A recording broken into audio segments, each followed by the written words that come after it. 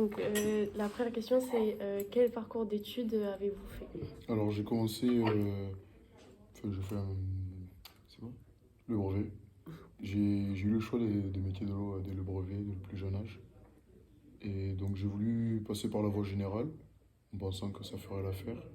Donc j'ai fait une seconde générale, mais ça m'a pas plu. Donc après je me suis redirigé vers un bac pro procédé de la chimie et de l'eau, où là j'ai fait mes 2 années, j'ai eu mon bac. Et après BTS métier de l'eau ici. D'accord. Quelle était votre motivation pour aller dans ce secteur? Alors, bon, en fait, je viens d'un pays, je suis né dans un pays assez défavorisé. Donc, avec l'adoption, tout le monde, enfin, on est des enfants envoyés pour sauver le pays, entre guillemets. Donc, j'ai choisi un métier qui me permettait de rendre visite et de pouvoir aider en même temps ce pays. Puis l'eau, je pense que actuellement, ça va à peu près. Mais d'ici 20-30 ans, ce sera un peu la galère. Donc, avec un peu de bonté, je pense que. Ok. Quel métier vous faites maintenant et si vous avez mis beaucoup de temps à le trouver? Alors là, actuellement, je suis technicien en assainissement.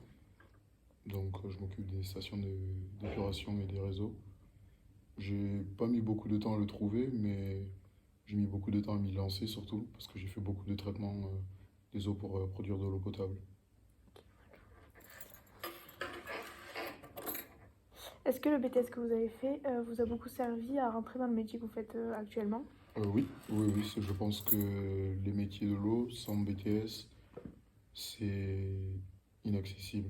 Pas par rapport au diplôme en lui-même, mais par rapport aux connaissances et aux compétences qu'on acquiert au fur et à mesure des études. Donc, utile, oui, parce qu'on a toujours besoin un peu, il y a toujours des analyses, des connaissances à avoir, et des compétences en termes de maintenance, d'analyse, tout ce qui va avec.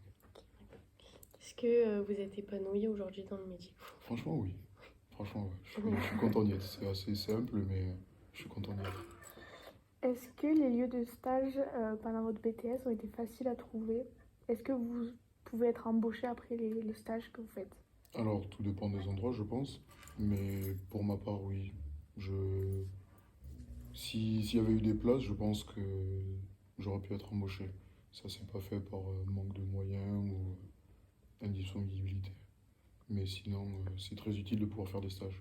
Derrière, si c'est possible pour l'entreprise, ils peuvent vous rembaucher après derrière, si l'expérience est bonne. D'accord. Quel est votre salaire? C'est pas indiscret. Pas de souci. Actuellement? Oui. Donc là, je suis à 1 500 € sans les primes. D'accord. Et est-ce que vous avez un métier qui permet d'augmenter, on va dire, de grade et de salaire? Oui, l'avantage, c'est les syndicats. Souvent, dans les syndicats, ils augmentent les grades au bout d'un certain temps, 1 an, 2 ans, tout dépend des syndicats et des conventions. D'accord. D'accord. Mais voilà. Voilà, c'est Merci. fini. Avec grand plaisir.